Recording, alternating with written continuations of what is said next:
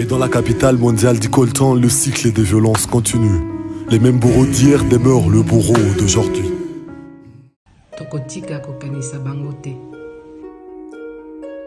I will remember them. I will remember them. Sitabasabu. Je me souviendrai d'eux. I will remember them. Io li ricorderò. Nakobosa na bango te. Ik zal ze niet vergeten.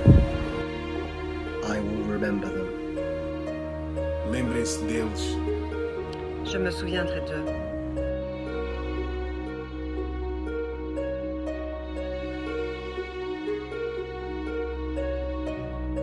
Je me souviendrai d'eux. Bonjour à tous. Je suis Désiré Ilunga. Je serai votre animateur de cet événement. L'événement, c'est la journée commémorative des génocides congolais, connus sous le nom de Génocost. Génocost, c'est une initiative, un mouvement de la plateforme CAIP. Et CAIP, c'est une association de la jeunesse congolaise qui milite sur 3 objectifs principaux. Le premier objectif, CAIP veut sensibiliser autour des crimes et des exactions commis en République démocratique du Congo. Le deuxième objectif, CAIP souhaite créer une mobilisation autour de la culture et de la richesse en République démocratique du Congo. En dernier, CAIP veut créer une synergie entre toute la jeunesse congolaise, qu'il s'agisse de ceux qui sont dans la diaspora que ceux qui sont sur la terre-mère en RDC. Au programme de notre journée commémorative, nous allons passer par plusieurs étapes. Des témoignages, des chants, une dédicace, des intervenants dont un qui est avec nous sur ce plateau, d'autres qui sont en République démocratique du Congo, puis pour terminer, un moment d'interaction où vous pourrez poser vos questions à nos intervenants. Mais sans plus tarder, je vous invite à suivre la vidéo qui va bien poser le cadre de ce que c'est Génocost. À tout de suite. Qu'est-ce que le Génocost? Le Génocost est une initiative de la plateforme d'action de la jeunesse congolaise, CAYP en anglais.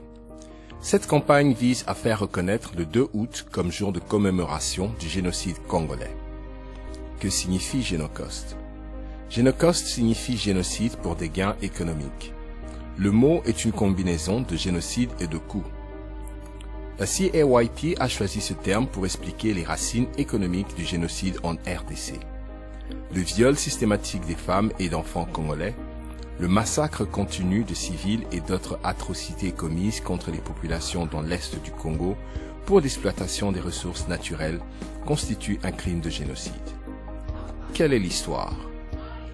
Pendant le règne colonial du roi Léopold II, environ 13 millions de Congolais ont été tués à la suite de l'exploitation brutale du caoutchouc et d'autres ressources naturelles.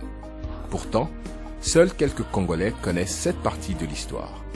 Il a été soigneusement remplacé par les contes d'un roi constructeur, une figure héroïque. Plus d'un siècle plus tard, l'histoire se répète. Des millions de Congolais sont à nouveau tués pour l'exploitation du coltan, de l'or et d'autres minéraux. Mais, malgré les informations disponibles sur Internet, on en sait très peu sur ce conflit. Pourquoi une journée commémorative? L'établissement d'un mémorial pendant un conflit n'est pas conventionnel, mais la situation actuelle du Congo appelle une solution non conventionnelle. Si rien n'est fait pour tirer les leçons de ces tragédies, très peu se souviendront des millions des morts au Congo, pas même la plupart des Congolais. Fixer une journée commémorative est une partie importante de notre campagne car elle assurerait que l'histoire du conflit actuel ne sera jamais oubliée. Pourquoi le 2 août? Le 2 août marque le début de la deuxième guerre du Congo, également appelée Guerre mondiale africaine. Ce fut le début du conflit le plus meurtrier depuis la Seconde Guerre mondiale. À travers cette initiative du 2 août, le CAYP vise à donner à tous les Congolais les moyens de reconnaître le génocide, de commémorer les vies perdues et de travailler activement sur des solutions pour apporter une paix durable au Congo.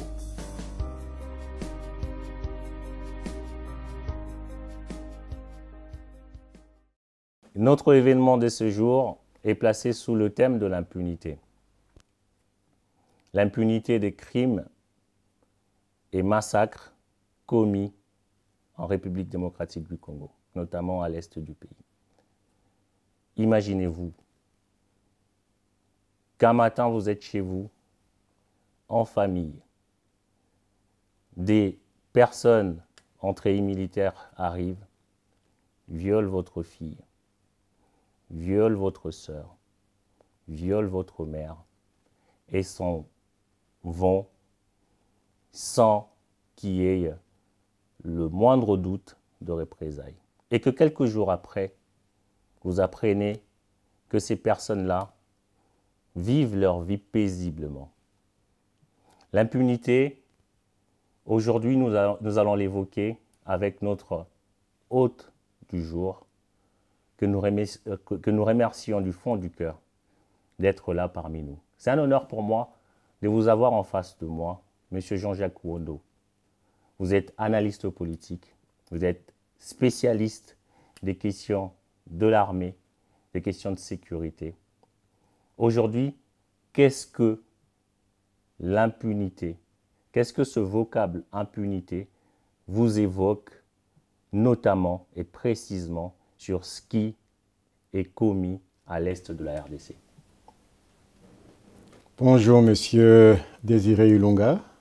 Et je voudrais saluer aussi toute la jeunesse réunie autour des CAYP pour cette initiative assez originale et assez encourageante de pouvoir commémorer cette journée du génocide congolais qu'ils ont qualifié de génocoste. C'est également un honneur pour moi d'être là, un honneur pour moi de partager ces moments d'échange, d'interaction avec vous et avec les amis qui sont au Congo, avec la jeunesse congolaise de partout, sur ce sujet consacré à l'impunité. J'aborderai précisément l'aspect impunité dans l'armée, parce que c'est ce qui m'a été demandé d'évoquer, parce que la notion d'impunité, c'est une notion assez large dans le domaine de ce qu'on appelle le droit pénal. Pour poser le cadre, je voudrais d'abord en quelques mots expliquer ce qu'on entend par impunité. L'impunité, que ce soit en droit ou en fait, c'est l'absence de la mise en cause, des mises en cause de la responsabilité, que ce soit une responsabilité pénale, une responsabilité administrative, une responsabilité civile, et même une responsabilité sociétale, sociale des auteurs présumés d'actes intentionnels ou d'infractions à l'égard des victimes. De sorte que le système dans lequel ces auteurs évoluent ferme les yeux pour que ces gens ne soient pas poursuivis au départ d'une enquête qui pourrait se transformer en une poursuite judiciaire et à des condamnations, voire même à des sanctions, que ce soit au niveau disciplinaire. Parce qu'on peut avoir l'impunité des gens qui soient par exemple des militaires, on peut les poursuivre d'abord peut-être sur le plan du droit, donc pénal, mais aussi ils peuvent, ces personnes peuvent aussi faire l'objet des sanctions disciplinaires. Or, tout ça fait que quand ce cadre, ce dispositif manque dans une société, ces sociétés encouragent ce qu'on appelle l'impunité. Et c'est ça qui est important à savoir retenir, du fait que l'impunité, ça crée tout un mécanisme social, sociétal ou étatique qui veut que les responsables des crimes graves, surtout pour le cas de la RDC, des massacres qui ont été commis depuis des années, et je partirais même pratiquement depuis l'indépendance, parce que ce pays a été l'objet de plusieurs guerres où on a vu des massacres et pratiquement des génocides être commis, et qu'on voit que la plupart des auteurs de ces crimes qui sont des actions qui sont indignes vis-à-vis du droit international, qui rendent la dignité humaine banale, rester impunie, non poursuivie. La question de l'impunité dans l'armée, M. Jean-Jacques Kondo, qu'est-ce que vous pouvez nous en dire? Concernant l'impunité dans l'armée, il faut d'abord dire que voilà, le Congo a un système judiciaire qui est structuré en justice civile et justice militaire. Et quand vous parlez de l'impunité dans l'armée, il faut essayer de bien circonscrire les choses, parce que on ne peut pas dire que tous les actes commis dans l'armée sont impunis. Mais c'est le sentiment général qui revient, qui fait que au sein de notre armée, la plupart des personnes ne sont pas poursuivies pour les crimes ou les infractions qu'ils ont commis dans le cadre de leurs activités militaires actuelles ou passées. Mais je voudrais d'abord préciser, expliquer la notion d'impunité. L'impunité, c'est quoi? L'impunité, que ce soit en droit ou en fait, c'est l'absence de mise en cause de la responsabilité personnelle des personnes ou des auteurs d'infractions, et pour notre cas, ceux qui ont commis des graves violations des droits humains ou des infractions qu'on peut traiter des crimes de guerre, crimes de génocide ou des massacres, et qui se trouve qu'à un certain moment, il n'y a ni enquête, ni poursuite judiciaire, ni condamnation, et encore moins des sanctions disciplinaires qui peuvent relever de leurs instances où ils évoluent, n'est fait.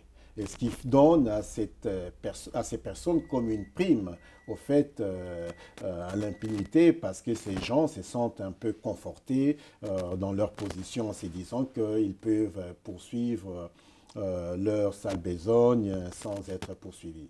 Mais pourquoi on est arrivé à cette situation? C'est la question qu'il faut se poser, c'est ce que j'aimerais un peu expliquer.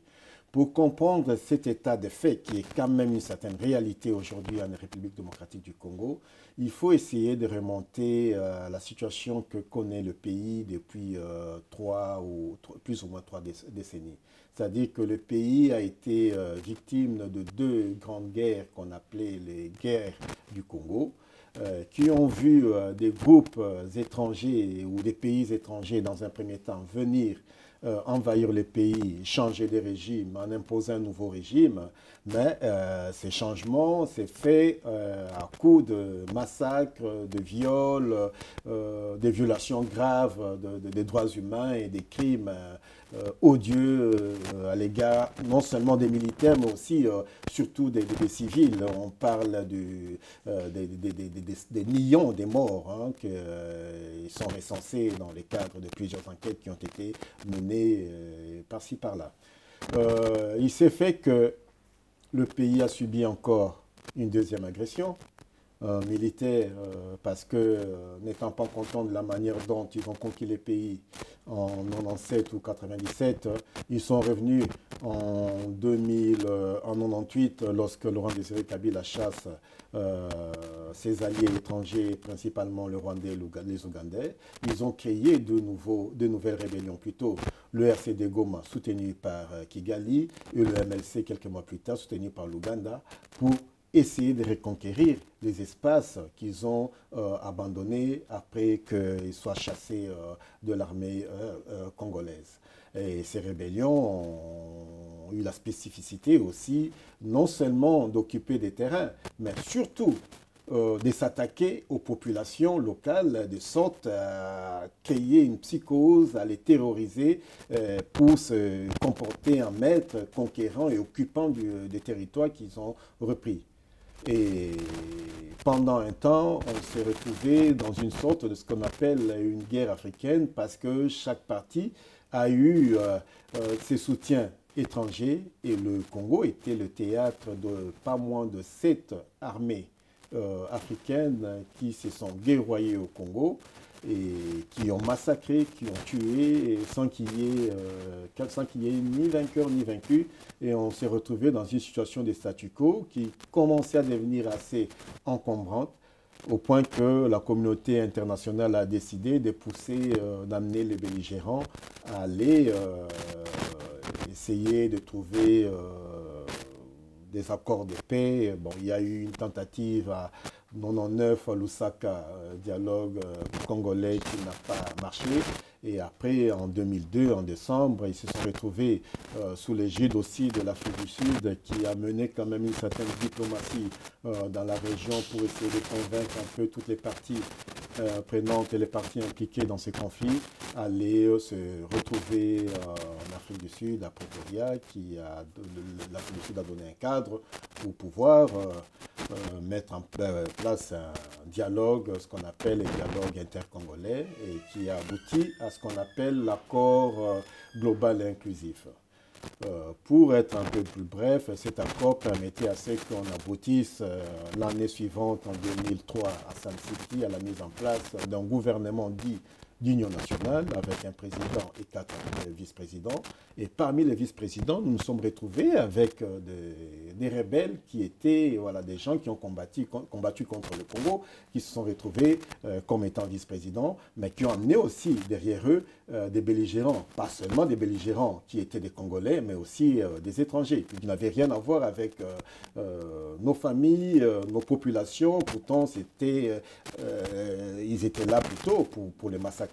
Et cela devait s'accompagner aussi, parmi les grandes résolutions, de la mise en place d'une armée qu'on appelle nationale, républicaine et structurée, qui devait s'appeler FARDC, Forces armées de la République démocratique du Congo. Il était question de prendre parmi 360 000 personnes qu'on a recensées, ça c'est des chiffres officiels, mais les chiffres officieux peuvent aller peut-être à plus, que ce soit dans les rangs de l'armée officielle ou loyale congolaise de l'époque, qu'on appelait les FAC, Forces armées congolaises, que ce soit au niveau des groupes rebelles RCD Goma qui avaient plus ou moins 48 000 personnes. On se pose même la question combien de Rwandais, combien d'étrangers étaient dans cette armée, parce qu'on sait que le Rwanda joue un rôle décisif que ce soit dans la première agression de 96-97 et dans la deuxième agression du RCD Goma. Du côté des forces loyalistes, on avait plus ou moins 130 000 personnes. Du côté du MLC, Jean-Pierre Bemba, qui a été soutenu par l'Ouganda, 20 000, et puis il y avait les Maïmaï et d'autres groupes armés. Donc il fallait les mettre ensemble et pour créer une nouvelle armée dans le cadre d'un processus qu'on appelle le brassage. Donc on prend tout le monde, brassage c'est une technique pour brasser la bière. Vous prenez beaucoup de matière, vous brassez, vous formez une armée. Mais pour pouvoir créer cette armée, il fallait respecter toute une série de critères. Il s'est fait que la mise en place de ce processus a été entachée de beaucoup d'irrégularités, de telle sorte qu'on s'est retrouvé avec des gens qui n'étaient pas éligibles à cette nouvelle armée, mais qui se sont retrouvés dans cette armée tout en étant des responsables des massacres, des responsables de crimes odieux. Dans cette armée, il y a eu des noms qu'on connaît, mais qui n'ont pas été mis à l'écart dans l'autre processus qui devait permettre la réinsertion des combattants et d'autres militaires qui n'étaient pas éligibles dans l'armée. Donc on s'est retrouvé avec une armée au départ, qu'on devait former une affaire de 18 brigades, une brigade compte entre 2000 et 3000 personnes militaires, et on s'est retrouvé avec un processus qu'on appelle dévoyé. Dévoyé, ça signifie qu'il s'est déraillé donc, de l'objectif qui lui a été fixé au départ. Et cette armée s'est constituée principalement d'une partie des militaires congolais, mais aussi de beaucoup des militaires issus des rébellions qui ont été responsables de ces massacres. Je voudrais peut-être amener une parenthèse en disant que lors de l'accord global, la question de la justice transitionnelle, qui permet quand même de rendre justice je me résume, aux victimes des graves conflits armés, a été évoqué. Il était question même de mettre en place une sorte de tribunal pénal international pour le Congo et mettre en place même une commission nationale de vérité.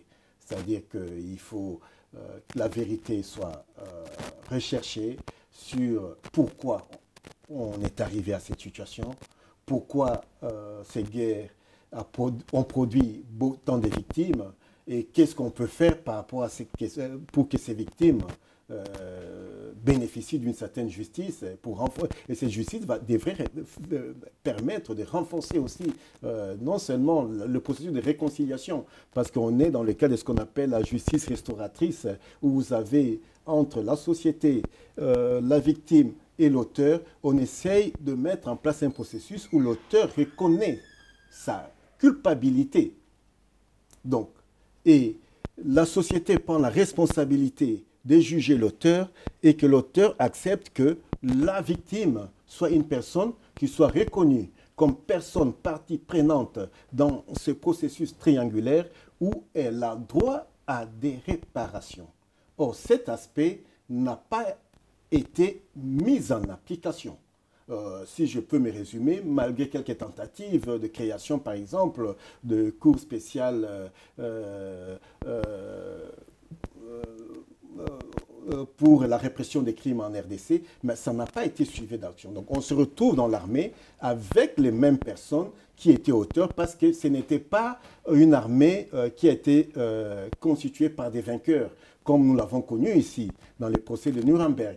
Après la Deuxième Guerre mondiale, les génocides, ce sont les vainqueurs qui ont imposé leur justice, de sorte que les personnes responsables des massacres, responsables des crimes, soient jugées. Or, nous, ces responsables se sont retrouvés, pour la plupart, dans la hiérarchie, que ce soit militaire, mais aussi dans la hiérarchie de la justice militaire. Donc, de ces faits, il était impossible, et il est impossible ou difficile jusqu'à aujourd'hui que certaines personnes soient poursuivies. C'est comme s'il y a eu une entente de se dire, voilà, nous nous trouvons dans une situation où on doit fermer les yeux. Et voilà ce qui explique en grande partie l'impunité qui sévit, qui se maintient, et qui persiste et qui se cristallise aujourd'hui au sein de l'armée. Parce qu'on ne peut pas demander à un auteur d'être son propre juge pour se condamner.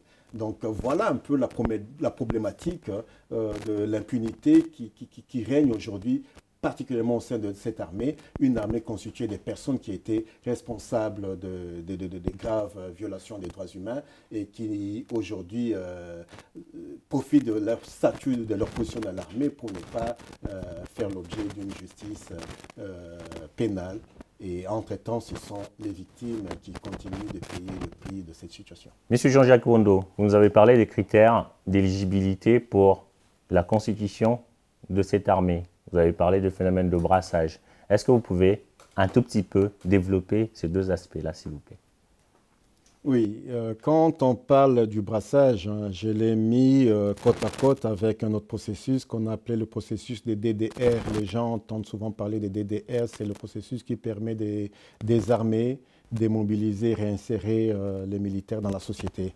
C'est-à-dire qu'il y avait deux processus au départ pour pouvoir constituer cette armée, vu qu'il fallait en retenir environ 120 000, comme je l'ai dit au départ.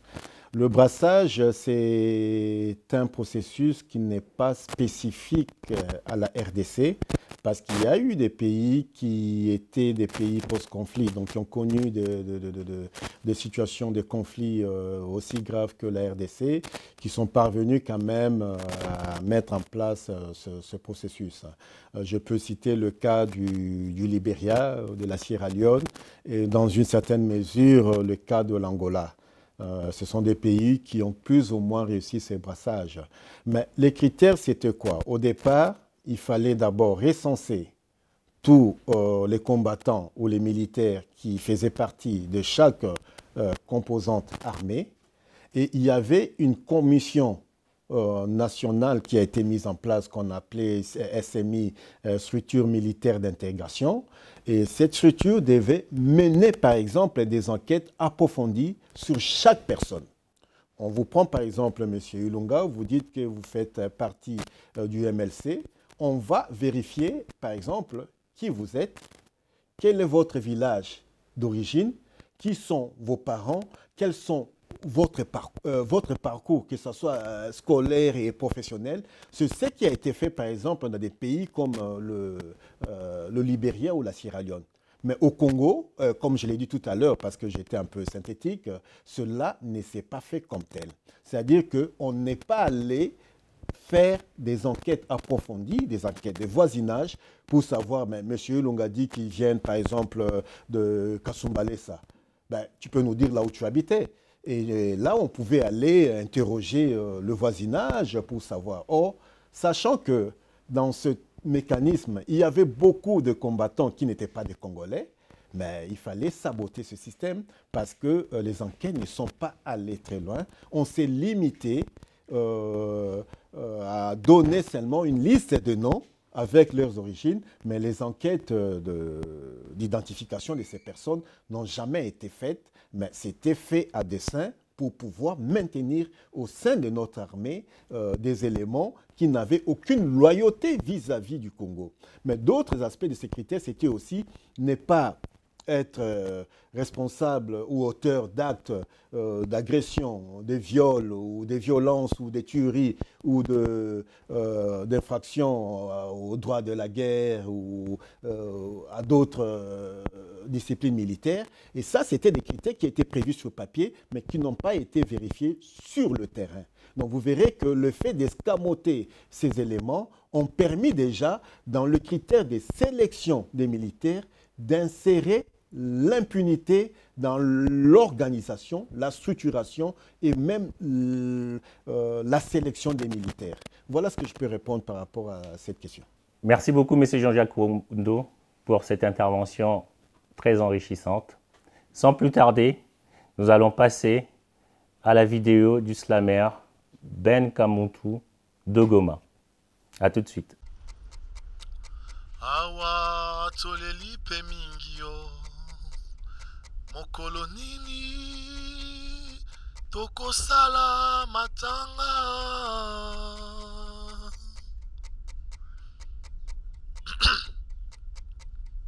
Bienvenue à New York au Conseil de sécurité de l'ONU. Le rapport mapping sur le crime commis en RD Congo, ici. Et dans la capitale mondiale d'Ikoltan, le cycle des violences continue. Le même bourreau d'hier demeure le bourreau d'aujourd'hui. 1993-1996, 40 incidents répertoriés au nord et sud Kivu. Des conséquences dévastatrices du génocide sur le Zaïre des dernières années, Mobutu. 1996-1998, 238 crimes répertoriés, illustrant le bruit des bottes en caoutchouc et les goûts de se venger. 1998-2000, 200 cas, les armées étrangères se livraient la guerre sur le sol congolais. Devant l'or et les diamants, les alliés devenaient les ennemis les plus redoutés. 2001-2003, 139 incidents, violations d'un cessez-le-feu. Et Kofi Annan s'en souvient bien lorsque Kisangani l'accueillait. Mais nous voulons savoir ce qui s'est réellement passé. Nos cœurs, nos âmes et ceux de nos morts ont soif de la vérité. Soif de justice pour avancer sur le sentier de la paix partagée. Soif de faire les deuils, soigner nos plaies, cicatriser nos pensées. Mais le rapport détaille la situation géographique de tous les crimes, comme les jours sombres de Kisangani, Kasese, Kasika et Makobola. Le rapport détaille les modes d'extermination des victimes, ligotés, inventés, mutilés, brûlés, vifs, violés comme Yvette et Malaika. Mais pas un seul nom d'un criminel. Et ces pages sombres de notre histoire ne seront écrites que par l'encre de la vérité, teintées de justice, de réparation, de réconciliation, sur base d'une mémoire assumée. Apprendre tout à nos enfants et nous dire plus jamais ça dans notre société, les crimes de guerre, les crimes de génocide, les crimes contre l'humanité. Et face à cette remarquable indifférence, le peuple debout avec son prix Nobel de la paix, Denis Mukwege. La paix intérieure, la paix sur nos sols, la paix sur le sol de nos voisins. Mokolo nini tokosala matanga. Mokolo nini tokozua kimia. Bosembo bosembo yo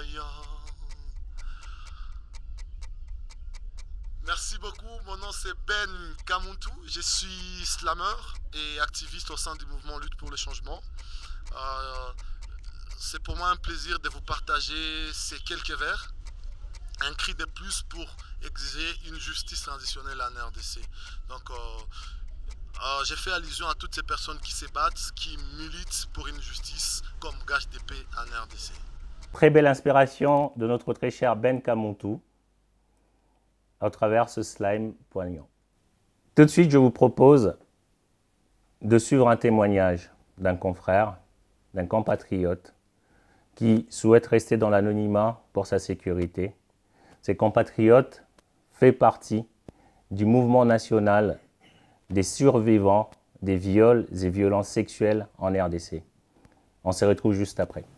Tayari bamwizi mbili wakatokea, wakaniangalia wakasema, sasa ni nini hapa, munachunga wa mwizi, munachunga watu gani? Nikasema mama ni mzazi yangu ni mgonjwa. Wakati nilimwacha kushamba naona nakawa, nikarudia. Sasa inakutana babandi wamemkamata, wamembaka, na mimi pia wamenibaka, na mimi nimeregea, kichwa meluma, tumbo mevimba na mishipa migulu tena saiko. Basi tasho imekuwa mingi. Mama iko na diare, iko nafanya nini na kutapika. Wamwizi wakateremuka kidogo, wakakutana kinga. Kinga wakasema kusaidia huyu papa, heri tusaidie mzee. Wakabeba mzee. Nyuma wakanirudiria, hakukuwa njia ya motogari. Wakati wanirudiria nikakutana mama kwa hospitali, alikuwa amefaa pale siku 3. Siku 3 kwa hospitali, ya 4 akakufa. Nikauliza mama, sasa iko namna gani mie na nimepona? Wakasema wewe uende kunyumba, mama yako tutamuleta. Uende zifarizi sana, ufunge roho. Mama akakuya na amekufa. Tulizika mama. Wakati tulizika mama, wanifarizi na franga kidogo, yanipa $20. Nikasema asante, nikazifarizi na mimi nikazisaidia. Bibi sasa wangu akaniambia, tuende tukimbie tutoke hii mgini, tuende Goma. Wakati tulifika hapa Goma sasa, mimi nikasema maisha ya Goma iko nguvu. Ndabakia huku, heri nimekuwa mmoja, ndakuwa na lima, ndakuwa na basukumia kuchakula. Wakati nilibakia kule na mimi sikupata amani. Shefu wa pale akanifuatilia sana, Kunifuatilia sana, nikasema nifanye nini sasa? Mbona na maisha ya Goma sina kazi? Nikabakia kule. Shefu akakuya na babandi warahia wagarso 17. Wakanipiga, wakapie mwangu. Nikasema sasa nifanye nini? Na mimi nikagonjwa tasho, nikakimbia. Nilikimbilia nikadiare pale. Wakati ni diare pale, jirani wa pale akasema, alitoka usiku akaniangalia. Mwiki sina yangu yakawa, muko vitu gani? Akakimbia.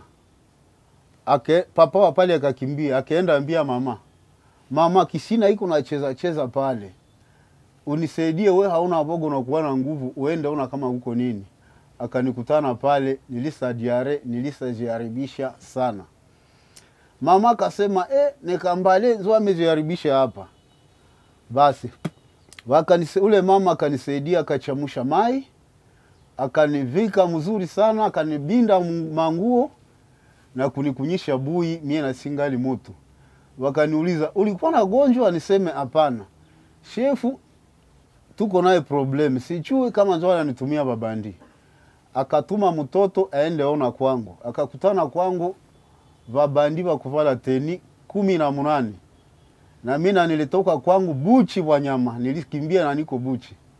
Wakafanya angete wengine, wakauliza sasa nyie basoda mnatumiwa na nani? Akasema ni shefu ndio anatutuma, aseme hapendanaki na huyu mtu.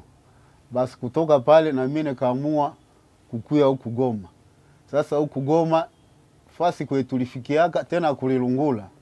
Hapa tuko Ruchuru, mama iko ovyo ovyo. Mie niko Ruchuru, mama iko Goma, watoto wengine viko Goma na wengine viko Ruchuru, tuko navo. Hapa sina makao, sijue binezi kuwa namna gani. Témoignage très poignant. Qu'est-ce qu'il vous évoque, Monsieur Jean-Jacques Wando? Ce témoignage de ce monsieur laisse transparaître d'abord une émotion, une souffrance, une peine. Quand je parle de peine, vous voyez déjà que nous sommes dans un rapport avec la justice. Et ce qui est important, ce que je peux retenir au-delà du témoignage, c'est l'aspect narratif. Moi, je pense que quand on est dans une dynamique de commémoration de nos victimes, des victimes des massacres, des victimes du Génocoste, il est important qu'on mette en avant aussi cet aspect narratif, la narration des faits. Et moi, je tiens d'abord à saluer le courage de ce monsieur, parce qu'il n'est pas donné à beaucoup de victimes de pouvoir avoir le courage, même si la personne le fait sous anonymat, de pouvoir témoigner les violences qu'elles ont subies. Et cela devrait être un vecteur, un élément qui devrait nous interpeller. Interpeller chacun de nous. Vous interpellez la jeunesse, interpeller les autorités congolaises, interpeller la société congolaise sur ces violences, mais sur notre histoire commune. Et là, je pense particulièrement à un grand sociologue que beaucoup de jeunes ne connaissent plus, qui s'appelait Mabika Kalanda, qui a écrit un ouvrage assez intéressant sur la décolonisation mentale des Africains et particulièrement des Congolais. Il disait que nos pays souffrent à cause d'un double déficit. Un premier déficit, c'est le déficit d'absence d'une histoire commune, collective. Donc, on n'a pas une histoire commune, collective, et on a tendance à oublier les faits. Et c'est cet aspect-là qui m'intéresse de voir dans ce témoignage où la personne évoque des faits pour nous permettre de se dire que plus jamais ça. Mais pour que ce ne soit pas plus jamais ça, que devrions-nous faire? Et moi, je vois au travers de ces témoignages déjà la mise en place de ce processus de ce qu'on appelle la justice transitionnelle ou la justice restauratrice ou la justice réparatrice, parce qu'il n'y a pas de justice, il n'y a pas de paix, il n'y aura pas de réconciliation tant qu'on ne met pas en place des structures qui permettent de mettre à plat, de rechercher la vérité et surtout, non seulement de donner droit à la parole à ces victimes, mais que ces victimes voient qu'elles soient aussi, les exactions qu'elles ont subies, fassent l'objet de réparations. Et c'est le sens même de l'humanité, de la dignité humaine qu'on peut rendre à ces personnes. Et je manque de mots parce que je reste aussi, en tant qu'humain, très ému. Hein.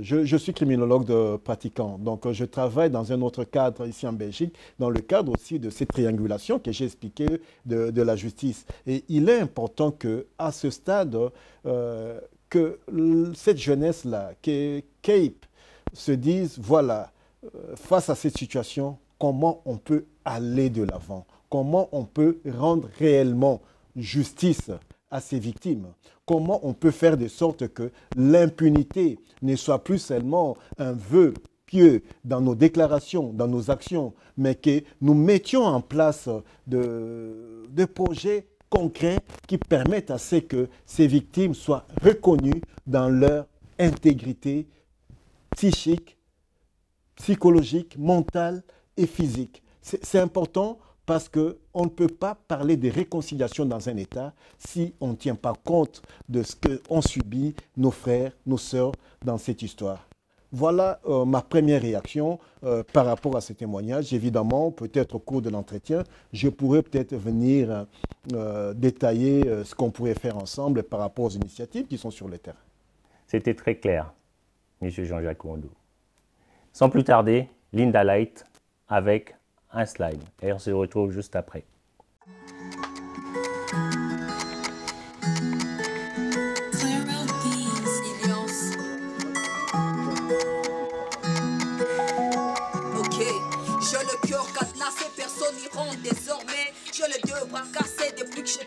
la main, la tête ailleurs, les rêves perdus. Oui, je pense encore à toutes ces personnes que j'ai perdues. Yeah, ailleurs, pendant que le système va pisser sur leur tombe, la justice a trop bu, n'a pas retrouvé mon monde. Ça galère et je la regarde sourire. Nos petites communautés entre elles font que se détruire. Où sont passées à nos questions toutes ces réponses? Du sang, encore du sang, putain la vase la déborde. Qui a oublié ces armes ici, venez les reprendre. Pourquoi j'oublierais de dire aux jeunes d'aller entreprendre? Quitte ton canapé et va te plonger dans un livre. Y'a sûrement quelque chose que t'aurais dû lire. Ils m'ont pris tout ce que j'avais, je m'en remets pas. Ils nous ont divisés après, ils nous prêchent le partage, yeah. Les mots qu'il faut attendre, je crois que j'en ai pas. La musique c'est pas un art, pour moi c'est bien un combat. C'est force à un temps, ça m'aide à dégager ma rage. Je pleure encore les miens, je fais couler mon maquillage. Suivez la fête chez moi, c'est pas vraiment le bon repérage. Ils ont massacré mon peuple, j'en suis là. J'en suis là. Et j'en fais témoignage. J'ai pas fini de faire mon deuil. J'ai pas fini de faire mon deuil. J'ai pas fini de faire mon deuil.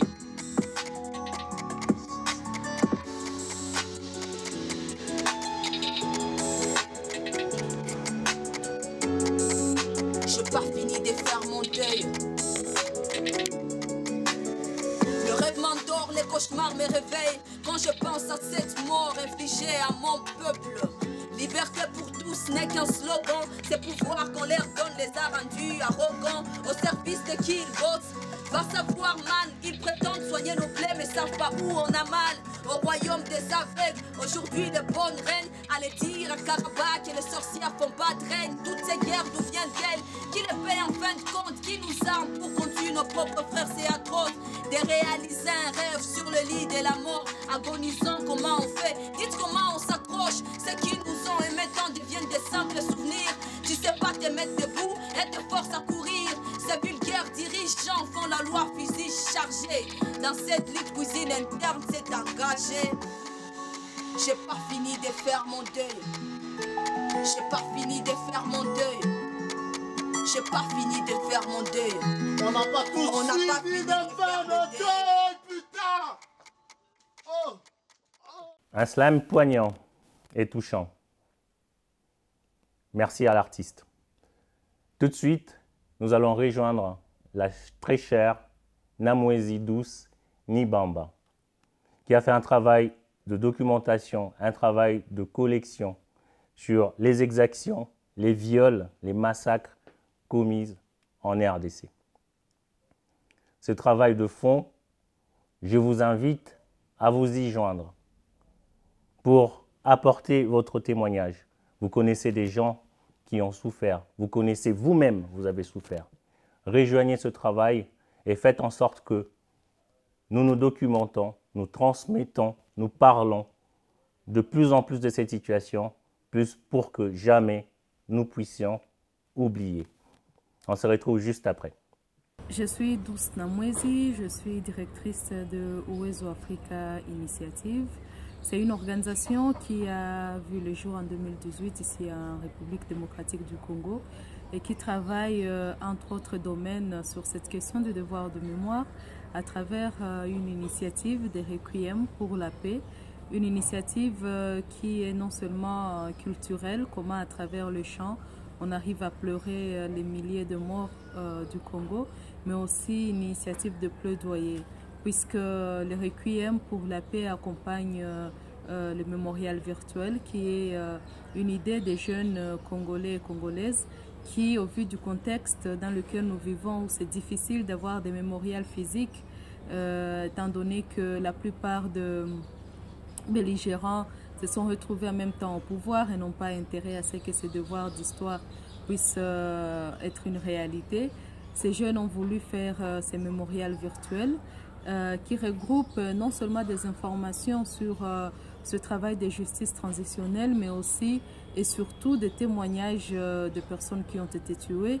Les mémorials virtuels mettent l'accent ou le nom sur les chiffres, puisque tout le temps on entend parler des milliers de morts en République démocratique du Congo, mais qui sont ces morts? Et cette initiative essaie de mettre ce nom, d'identifier ces personnes, de raconter leur histoire et leurs rêves, afin que plus jamais ces massacres et ces tueries puissent se répéter. Pourquoi un mémorial virtuel? Comme on disait, ce mémorial est important puisque dans la démarche historique, il est important en fait que la nouvelle génération sache qu'est-ce qui s'est passé. Il est important que l'histoire du Congo soit racontée par les Congolais et les Congolaises elles-mêmes. Et lorsqu'on arrive dans d'autres pays, que ce soit en Europe ou au Rwanda, en Afrique et dans d'autres pays où les massacres et les tueries ont eu lieu, on trouve qu'il y a des traces physiques et visibles de ces tueries. Ici, au Congo, tous les jours, on entend parler de personnes tuées, des massacres, mais il est difficile d'avoir ces lieux. Ce n'est qu'en quelques villages où tu peux trouver un petit monument où c'est inscrit la date où le massacre a eu lieu, mais en termes vraiment d'identification de tous ces milliers et ces milliers de victimes, c'est très difficile. Alors la démarche virtuelle a fait qu'on puisse non seulement donner au monde entier, mettre sur le web et à la portée de tout le monde l'histoire de ces personnes qui sont tuées tous les jours, mais aussi et surtout qu'ils puissent servir des références, puisque parfois on se dit où sont ces morts. À Beni, tous les jours on égorge, on tue et tout ça, mais où sont-ils finalement? Est-ce qu'elles avaient des histoires? Qui était cette femme? Qui étaient ces jeunes? Qui était cet enfant? Et c'est ça la démarche même qu'on essaye d'avoir, qui vient en accompagnement effectivement à tout le travail datant par rapport à toute la documentation reconnue dans les rapports mapping et d'autres documentations qui existent. Comment ça fonctionne? Le mémorial virtuel, au fait, c'est une plateforme numérique qui contient non seulement de contenu sur la bibliographie, donc des documents que l'on peut consulter, entre autres le rapport mapping qui a été documenté par les experts de l'ONU, mais aussi il comprend des actualités par rapport à cette démarche de devoirs d'histoire et de devoirs de mémoire. S'il y a des tueries, s'il y a des massacres, s'il y a des choses qui se passent, et il y a des informations sur les sites web. Mais les informations les plus importantes aussi, c'est par rapport aux images, aux photos que nous cherchons tous les jours, de ces chiffres-là qu'on énonce au Congo. Il y a de témoignages, il suffit d'aller sur www.memorialvirtuelrdc.org pour trouver tous les témoignages, les photos et la petite histoire de cette personne qui a été tuée, les circonstances surtout dans lesquelles cette personne a été tuée. Cette documentation fait participer beaucoup d'acteurs de la société civile, puisque depuis longtemps, il y a eu cette documentation au niveau de l'Église catholique, à travers la commission Justice et Paix. Il y a eu des organisations de la société civile qui travaillent sur la question des justices transitionnelles, qui ont documenté les atrocités des années 96, 2000, 2004, 2008. Et donc nous utilisons toutes ces données qui se retrouvent généralement sur papier pour les rendre virtuelles et les mettre à la disposition du public et de tout le monde. Quel est le but final? Le but final, c'est d'abord d'immortaliser ces personnes-là, de donner aux générations futures une référence par rapport à l'histoire du Congo. Lorsqu'on entend parler des guerres, des tueries, des massacres, on ne sait pas toujours qui ont été tués au fait. Et c'est là pour ça qu'on puisse à un moment normaliser la mort, à avoir une insensibilité lorsqu'on entend parler de 10 personnes tuées, 20 personnes, 100 personnes. Beaucoup de gens commencent à trouver que c'est normal. Mais si à un moment on se rend compte que cette seule personne a eu une histoire, avait des rêves, voulait devenir, je ne sais pas, ministre ou une femme entrepreneur ou n'importe quoi dans la société, cela peut humaniser au fait ces personnes-là et ramener à ce que la conscience collective puisse se mobiliser et dire non et dire stop à ces massacres et à ces tueries. Un message de la fin. Nous appelons toutes les personnes, toutes les organisations, tous ceux qui ont des éléments à mettre à la disposition de ces jeunes qui alimentent le mémorial virtuel tous les jours, à pouvoir les rendre disponibles. Puisque ce travail de documentation, c'est un travail vraiment de longue haleine qui demande beaucoup de patience, qui demande beaucoup de vérification et, par rapport à la rigueur et à la véracité des informations qu'il contient. Et nous espérons qu'avec l'apport de tout un chacun, tu as peut-être un ami, un oncle, une sœur ou un familier qui a été tué et tu veux rendre son histoire inoubliable, tu peux toujours le partager. Il y a l'adresse web du mémorial virtuel. Et aussi, le mémorial virtuel est là pour servir de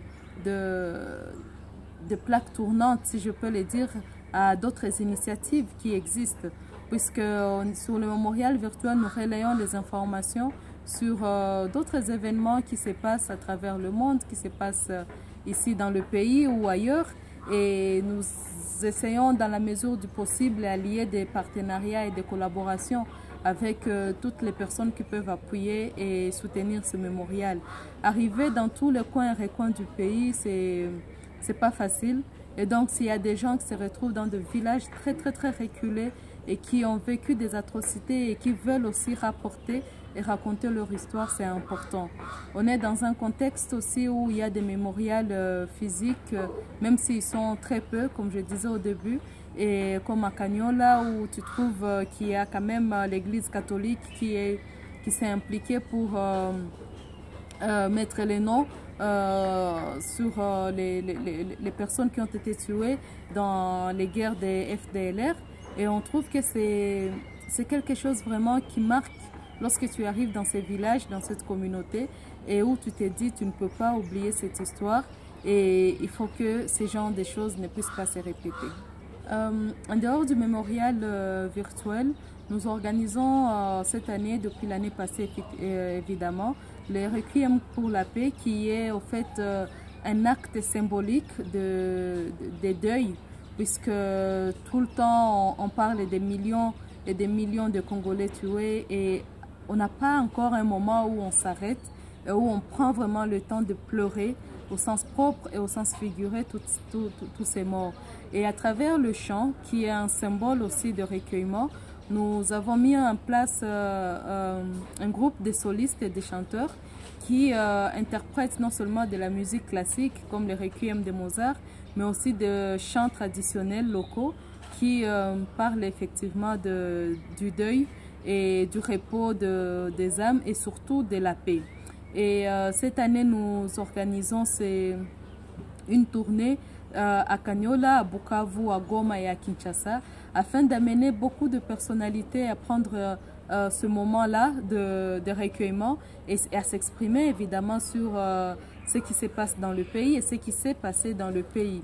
Évidemment, à part ce moment de concert de Requiem, nous amenons les gens à écrire aussi leur propre témoignage, puisqu'il est vraiment facile de parler théoriquement de devoir de mémoire, mais lorsque tu amènes un seul individu qui a vécu une guerre, même le plus récente, de raconter qu'est-ce qui s'est passé, tu trouves que la mémoire défaille parfois, puisqu'effectivement, à l'école, on n'apprend pas l'histoire du pays, mais on va continuer à apprendre l'histoire de la guerre mondiale et de Charlemagne. Mais lorsque la personne commence à écrire sur ce qui s'est passé avec M23, avec la guerre de Moutebousi, de Laurent Nkunda, tu trouves que c'est un effort et pourtant c'est des événements très récents. Et cette démarche-là nous amène à nous rendre compte effectivement que parler de ces devoirs d'histoire, parler de ce devoir de mémoire, de façon individualisée, c'est très important. De façon collective, évidemment, ça porte aussi tout son sens, comme l'initiative du Génocos qui mobilise le plus de monde possible. Mais à un moment, il faut que chaque individu s'arrête et réfléchisse sur non seulement son vécu des guerres, mais aussi sur les conséquences de ces guerres et de ces tueries. Et aussi, nous travaillons avec les artistes et les opérateurs culturels pour voir comment à travers l'art on peut soigner et faire un peu de l'art-thérapie,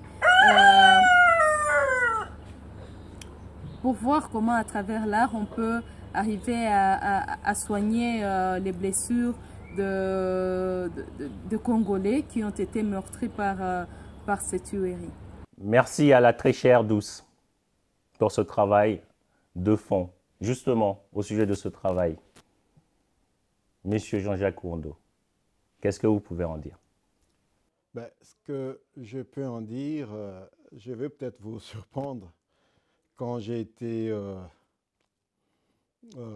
invité par le Jeune des Capes de pouvoir passer cette journée des commémorations du Génocoste avec la communauté congolaise d'ici ou du Congo. Et pendant que je m'ai documenté pour préparer plus ou moins cette présentation, dites-vous que parmi les pistes et les solutions que j'ai proposées, j'ai pensé à la mise en place d'une structure qui puisse faire quelque chose de concret. C'est-à-dire que faire une commémoration ou recueillir un lieu où on peut commencer à mettre des visages ou des noms sur ces victimes. Et dites-vous que je suis tombé sur ce site. Et j'étais très étonné de voir que tout à l'heure, c'était effectivement le travail qui est fait par notre consoeur, Douce. Et je trouve ça très, très intéressant et très impressionnant parce que, je l'ai dit tout à l'heure, en faisant référence à Mabi Kakalanda qui dit qu'un de nos problèmes, c'est le déficit de mémoire historique, mais aussi de mémoire collective. Le travail qu'elle a fait, ça permet quand même de donner du sens à notre mémoire collective. C'est-à-dire que nous devons avoir des symboles, des éléments qui permettent à ce que ces morts ne soient pas des morts pour rien. Chaque vie humaine compte. Chaque vie humaine a de l'importance. Et moi, je ne peux que saluer cette initiative. Et je l'ai suivie, elle a dit que voilà, compte tenu de certaines difficultés de pouvoir ériger soit des stèles ou des lieux commémoratifs un peu partout, elle commence par ce travail virtuel, vraiment d'un mémorial virtuel RDC. C'est une initiative à encourager et moi je vois même plus loin si je peux déjà embrayer au niveau des actions parce que bon, il faut se rendre compte aussi que dans la réalité, ce n'est pas toute la population congolaise qui a accès au système virtuel électronique, même s'il faut l'encourager. Mais pour rendre plus visible, pourquoi ne pas mener par exemple des actions auprès des autorités congolaises pour que ce site soit mentionné par exemple dans les sites officiels du ministère congolais des droits humains. Parce que si quelqu'un va par exemple vérifier une information, rechercher une information auprès de ce ministère ou soit le ministère de la Justice, qu'on voit que ce site-là, Mémorial RDC, est déjà incorporé. Mais si vous suivez aussi les témoignages ou l'explication faite par Madame Douce, elle dit aussi qu'elle est dans un processus de justice transitionnelle. Là aussi, je peux aussi rapidement dire, mais pourquoi devrions-nous aujourd'hui travailler chacun dans son coin? Aujourd'hui, nous avons une forte personnalité congolaise. Nous avons une fierté congolaise. Nous avons une grande notabilité congolaise qui mène aussi une grande action, pas seulement sur le plan national, mais sur le plan international, de sorte que la justice traditionnelle, de sorte que tous les crimes, tous les massacres commis en RDC ne restent impunis. Aujourd'hui, nous avons la fierté, nous pouvons le dire, d'avoir le docteur Denis Mukwege. Denis Mukwege, aujourd'hui, est en train de mettre en place une stratégie nationale, holistique, quand on dit holistique, globale, pour la mise en place d'un processus ou d'un tribunal plutôt, pénal international, pour commettre et pour sanctionner plutôt les personnes ou les auteurs des crimes commis en RDC, surtout dans les situations de guerre. Et nous avons aussi la chance aujourd'hui d'avoir ce qu'on appelle le rapport mapping. Le rapport mapping qui est une enquête qui a recensé toutes les violations des droits humains. Ce sont des enquêtes minutieuses qui ont été faites par des experts. Et entre 2003 et 1993 ou 1993 et 2003, ces rapports recensent toutes les données possibles. Et dans ce rapport, les recommandations des experts des Nations Unies, c'est dit, voilà, nous mettons à votre disposition, vous Congolais, vous autorités congolaises, des éléments pour vous permettre maintenant de vous en saisir, de sorte que vous mettiez en place un système de justice transitionnelle qui permette à ce que les coupables, les responsables de ces massacres soient poursuivis. Donc, au départ de cette initiative mémoriale, ça peut aussi être un élément qui va enrichir le travail qui pourrait être fait, qui pourrait être exploité, que ce soit dans l'initiative du docteur Mukwege, mais aussi dans d'autres actions de plaidoyer qu'on peut mener, surtout la diaspora ici, la jeunesse qui est souvent ici à l'extérieur, mais penser à mener des actions concrètes sur le terrain, ici au niveau de l'extérieur du Congo, et surtout penser aussi à être l'élément central de la structuration de cette dynamique de justice. Vous avez des facilités en termes de formation, d'expertise, de connaissances et tout, et qu'il est temps maintenant de créer des ponts, des synergies, comme vous l'avez fait aujourd'hui, avec les acteurs du terrain, pour mettre en place une dynamique nationale qui transcende nos clivages ethniques, qui transcende nos clivages politiques, qui transcende nos clivages sociologiques ou religieux, parce que je le dis et je l'ai répété assez souvent, la vie humaine, la vie d'un Congolais vaut. Et nous ne devions pas, en tant que peuple, si nous voulons être respectés, laisser cette situation telle qu'elle est. Donc, c'est le moment de penser à créer des synergies, à encourager l'initiative qui est faite de ces mémorials et voir comment aussi on peut commencer aussi à faire certaines choses, même commencer à ériger et faire des collectes des fonds, le fundraising pour pouvoir collecter des fonds et commencer à dire que voilà, cette année, nous allons mettre les efforts pour aller construire une stèle à tel endroit où s'est déroulé les massacres. Vous informez la communauté internationale, vous informez les autorités congolaises, et malgré les menaces des auteurs, mais je pense que si ces mouvements prennent corps sur le plan national, il n'y a rien qui puisse le bloquer. Moi, j'encourage cette initiative et je pense qu'il est temps vraiment de profiter surtout de l'occasion que nous avons avec le docteur Mukwege dans son plaidoyer. Et il a proposé plusieurs pistes, de voir dans quelle mesure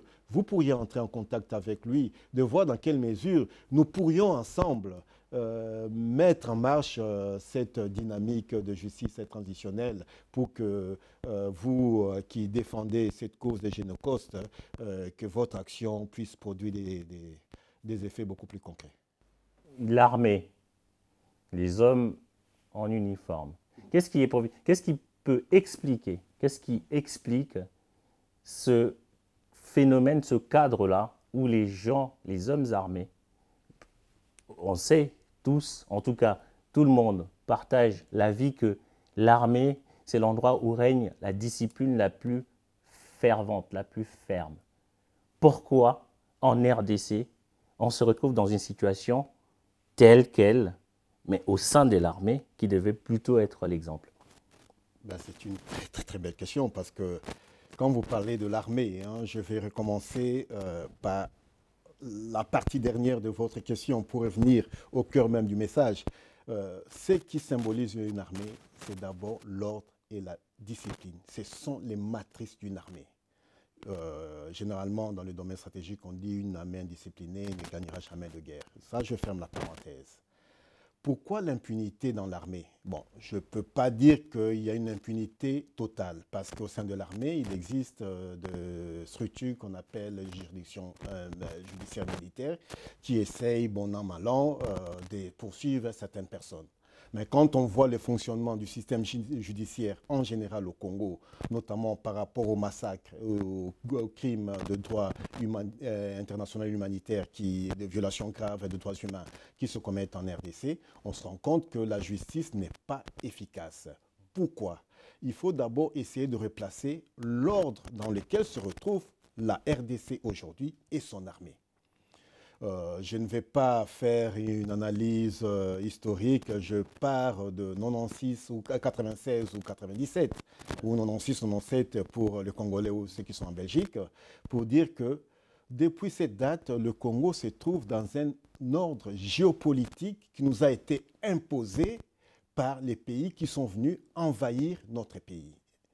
C'est-à-dire, pour la plupart, ce sont des États voisins et particulièrement, je dirais, le Rwanda et l'Ouganda. Mais ces pays ont obtenu aussi le soutien de la communauté internationale qui étaient les grands maîtres et qui ont facilité cette invasion du Congo.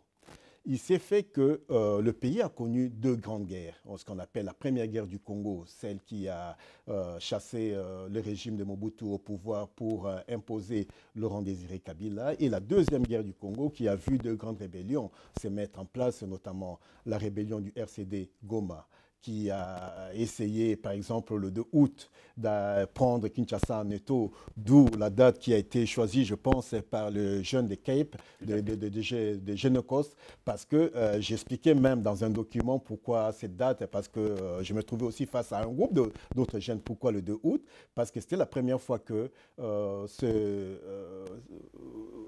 ces agresseurs tentaient non seulement d'occuper l'est du Congo, parce que c'était le RCD Goma qui avait déjà un bon fief, qui avait déjà contrôlé l'est du Congo, qui voulait en même temps venir contrôler Kinshasa.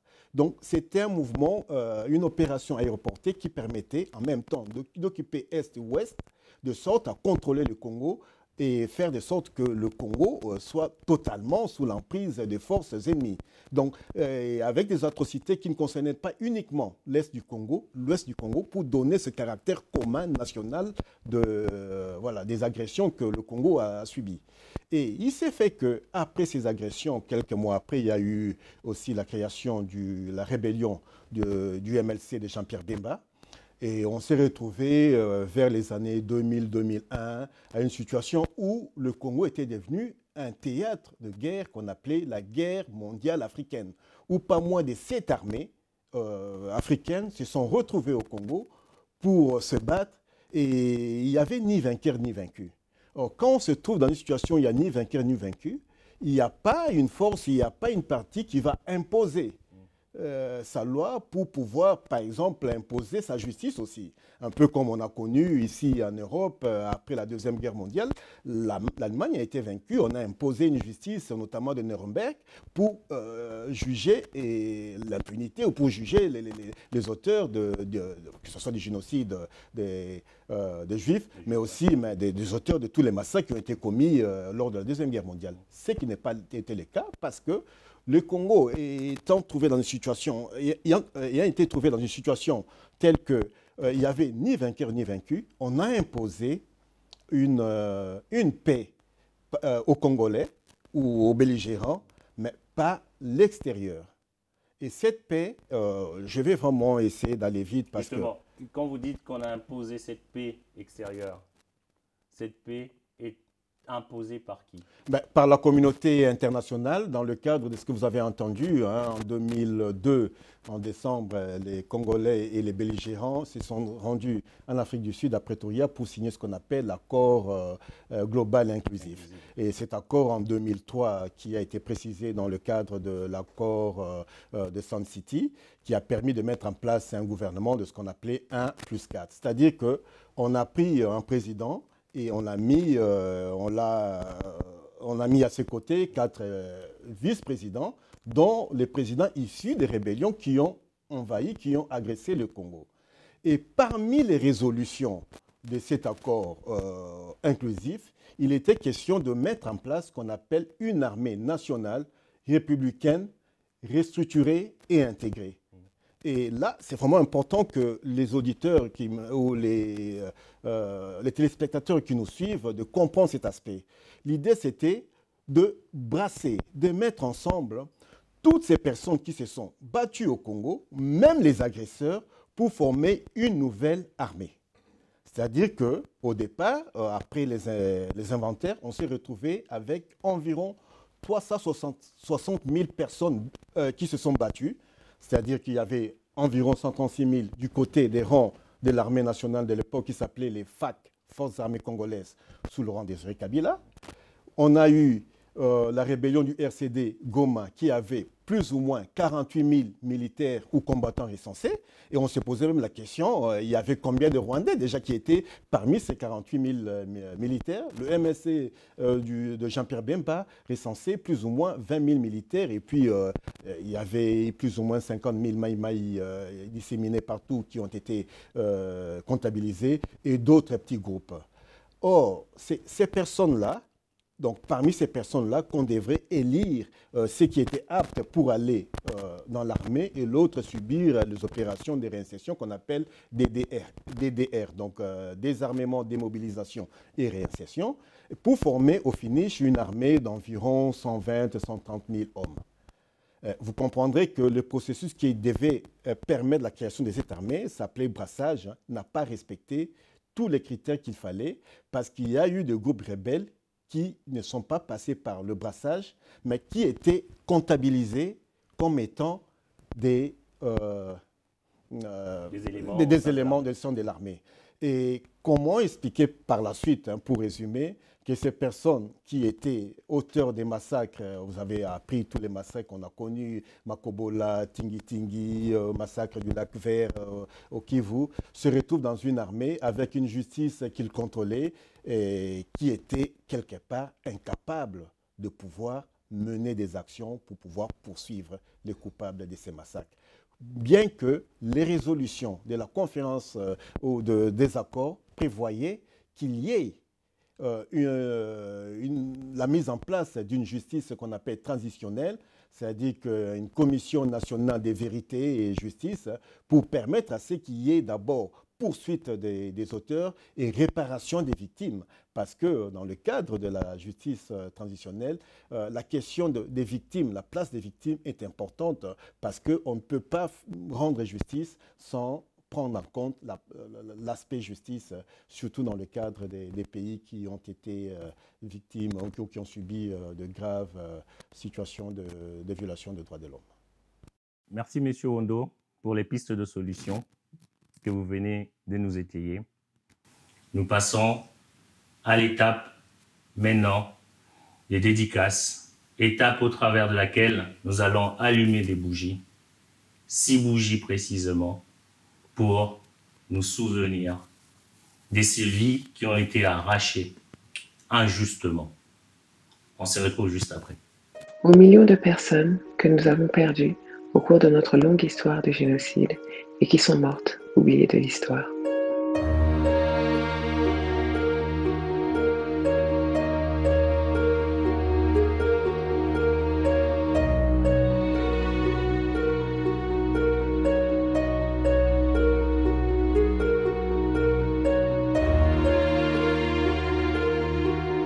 Aux millions de personnes qui ont perdu leur vie due à la famine ou à la maladie, car elles ont été incapables de se nourrir de notre terre prospère.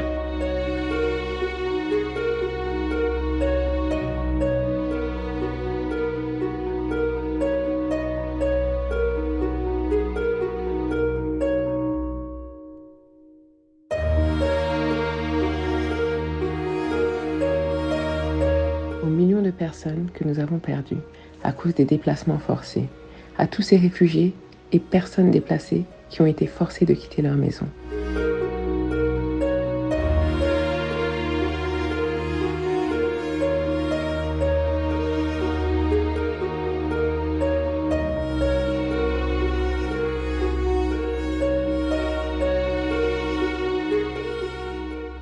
À ces millions de personnes que nous avons perdues face à l'esclavage et à l'exploitation violente de notre terre.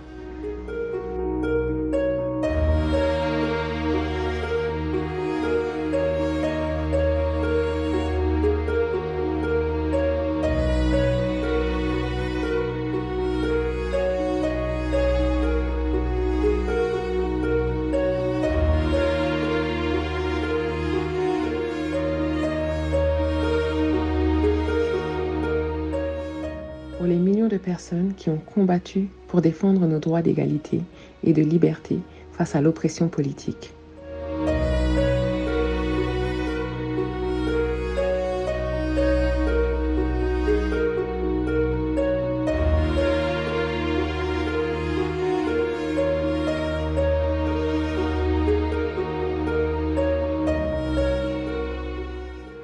dernière bougie d'espoir pour ces millions de personnes qui luttent encore dans notre pays troublé et qui se battent sans relâche pour un avenir meilleur.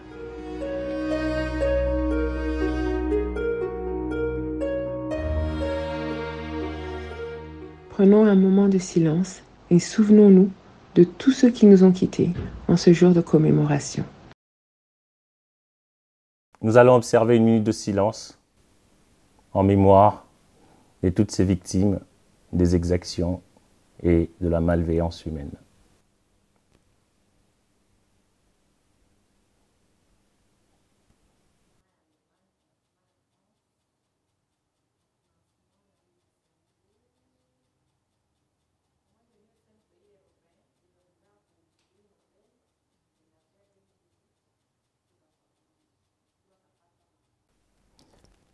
Merci à tous d'avoir observé cette minute de silence avec nous. Nous arrivons à la fin de notre journée commémorative. Nous allons en profiter pour remercier nos intervenants. Monsieur Wondo, merci beaucoup pour votre présence parmi nous aujourd'hui. Nos intervenants qui sont en RDC, merci du fond du cœur. N'hésitez pas, je vous invite, nous vous invitons à partager la bougie de l'espoir au travers des réseaux sociaux, au travers vos sites internet, au travers tous vos supports de communication. Partagez cette bougie de telle sorte qu'on se relaye, qu'on partage l'info, qu'on fasse du bruit autour de cet événement, autour de cette tragédie. Vos supports de communication, Instagram, Facebook, Snapchat, ou que sais-je encore. Et n'hésitez pas à rejoindre Genocost au travers de notre site internet www.genocost.org. Monsieur Wondo, un dernier mot et peut-être un lieu ou une page où on peut avoir vos informations, s'il vous plaît. Mais le dernier mot, c'est surtout remercier les organisateurs de cette journée commémorative du Genocost.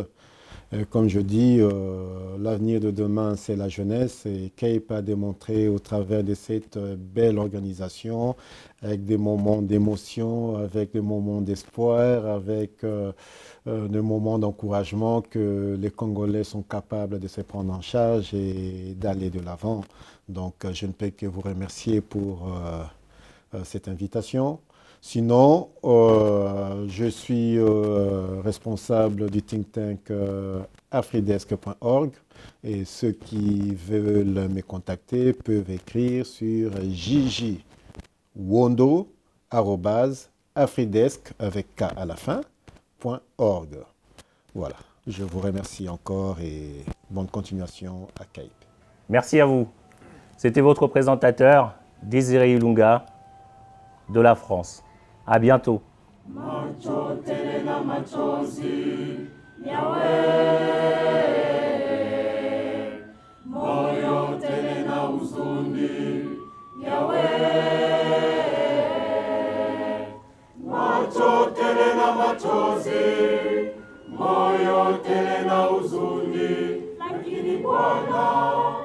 Bwana wewe ulisema aombaye atapewa.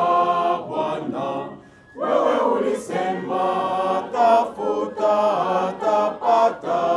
Bwana wewe ulisema sikiliza ombi letu. Bwana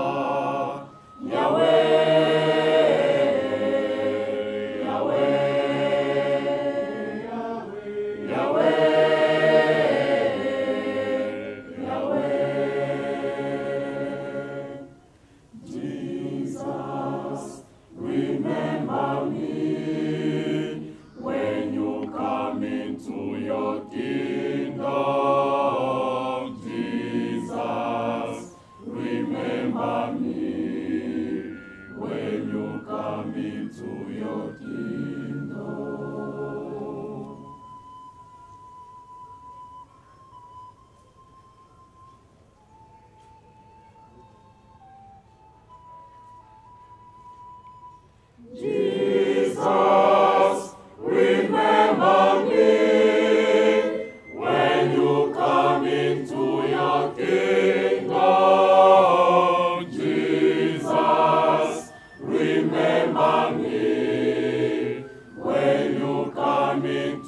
your kingdom.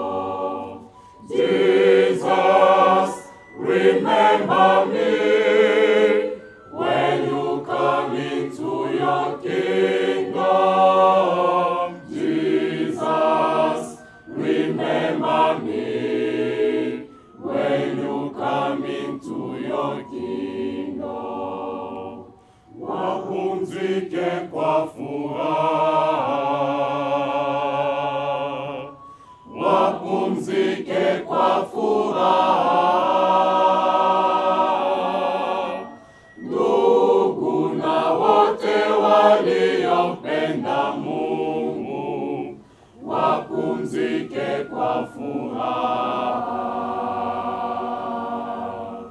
Ndugu na wote waliompenda Mungu, wapumzike kwa furaha. Ceux qui vivent dans nos cœurs ne meurent jamais. À nos morts, à nos martyrs. We'll never forget about you. Nous ne vous oublions pas. Kinglish, Mwananzambe. Nabosani binote. Tokobosana binote. Tokotikala jamais kobosana bino. Sirius Cam Aquaman. Mr. Kushi Logique. Mie Riki Mulolo nasema hatutawaiba sababu watu mlikufa na genocide. Congo, one love. Bonsoir. Ngai Trésor Lolo. Nabosani binote. On ne vous oublie pas.